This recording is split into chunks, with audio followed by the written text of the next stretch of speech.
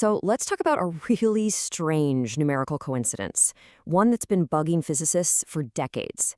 And then let's talk about a radical new theory that might just solve it by, completely reimagining the fabric of reality itself. Okay, let's just dive right in. The standard model of particle physics, it's amazing, it's incredibly successful, but it has some weird quirks.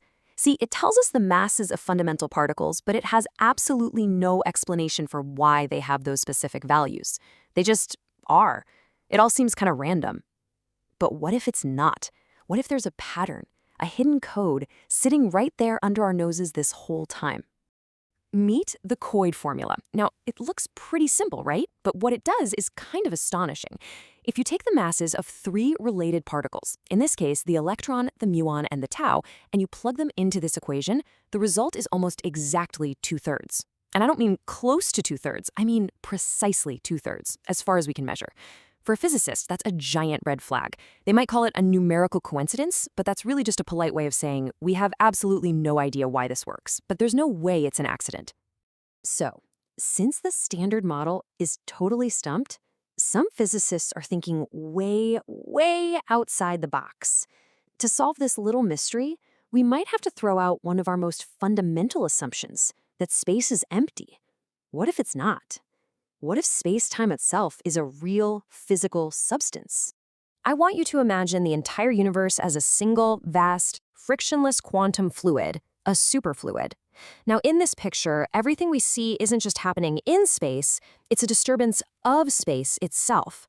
This isn't just a cool metaphor either. It's a model with some serious math behind it.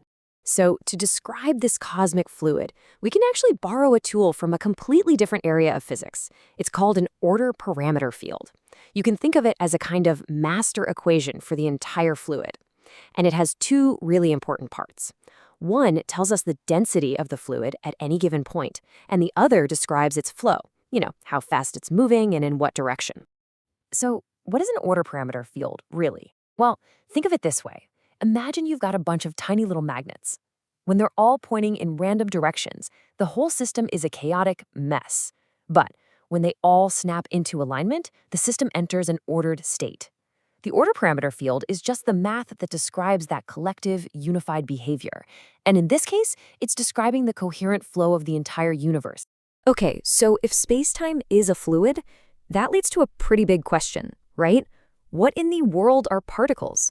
They can't be these tiny little dots just floating around anymore.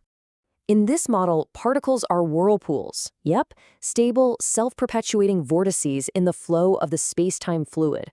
They aren't objects in the fluid, they are the fluid, just twisted up into a specific, persistent pattern. The technical term is a topological defect, which is just a fancy way of saying it's a pattern, a knot, that you can't just smooth out without ripping the fabric of the fluid itself. And this is where the whole idea gets really profound. Because suddenly, the fundamental properties of physics start to look a lot like features of fluid dynamics. For example, a quantized vortex, that's a whirlpool that can only spin at certain specific speeds, it behaves exactly like a quantized electric charge. The circulation of the fluid around that vortex, it's a perfect analog for the flux of an electric field. The laws of electromagnetism just emerge naturally from the flow. This right here is the Rosetta Stone for the whole model. All of physics, it turns out, might just be geometry. Electric charge, that's just about how the fluid winds around a vortex. A particle's mass, that's simply the energy locked up inside its whirlpool. Gravity isn't some mysterious force pulling things together. It's just the fluid flowing toward denser areas. And antimatter? Well, that's what you get when a flow just reverses its orientation. It's all geometry. Okay, let's keep going and see how this all builds towards solving our original puzzle. So we've got particles as vortices in a fluid. That's cool. But how does that explain that weird 2/3 ratio in the Coide formula? The answer, it turns out, comes from one of the most fundamental principles in all of physics. Systems always seek their lowest energy state. A ball rolls downhill. A hot cup of coffee cools down. The universe just naturally prefers stability. And these vortices, our particles, they're no different. When they interact, they're going to arrange themselves in the most energy-efficient way possible. And here's the key. That lowest energy state isn't just some random jumble. It's a highly specific, stable, geometric configuration. Nature loves order, it loves symmetry. So these three related vortices are electron, muon, and tau. They have to be locked in a very particular geometric dance with each other in order to be stable. And now we finally connect it all back to that bizarre little formula we started this whole journey with. And here it is, the big reveal. The quoted formula isn't really about mass at all. It's about geometry. Remember, in our model, mass is just the energy of the vortex. So if you take the square root of the masses of our three particles, you can actually treat them as coordinates, as the legs of a vector. What the quoted formula is actually describing is the angle of that vector. The fact that the formula spits out 2/3 is the mathematical signature, the fingerprint, of the most stable, lowest energy arrangement for three interacting whirlpools.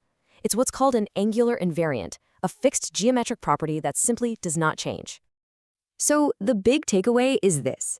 That baffling coincidence that's had physicists scratching their heads for decades, it might not be a puzzle about particle physics at all. It could just be the direct, mathematical consequence of three whirlpools in a quantum fluid settling down into their most stable geometric arrangement. It's just geometry. Now, solving this one little puzzle does more than just explain a weird formula. It paints a much, much bigger picture of the entire cosmos. If a model like this holds water, then space-time really is a single flowing quantum system. Matter and antimatter are just flows going in opposite directions. Gravity is just the convergence of that flow. The universe, then, isn't a collection of separate things. It's one unified, dynamic entity, a closed system in constant circulation.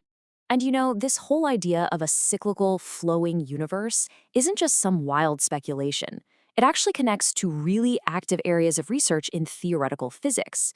For instance, people working on loop quantum gravity, like Hal Haggard and Carlo Rovelli, are seriously exploring how a black hole might not crush down to a singularity, but could instead bounce and re-emerge as a white hole. That points to a cosmic cycle of collapse and re-expansion. And that leaves us with one last, really provocative thought. We started with a tiny little puzzle about the mass of three particles, and we've ended up with a brand new vision of the cosmos, a universe where space-time is a flowing fluid, where particles are nothing but whirlpools, and where the Big Bang? Well, maybe it wasn't a singular beginning at all, but just one moment, one turn in an eternal cosmic cycle of flow.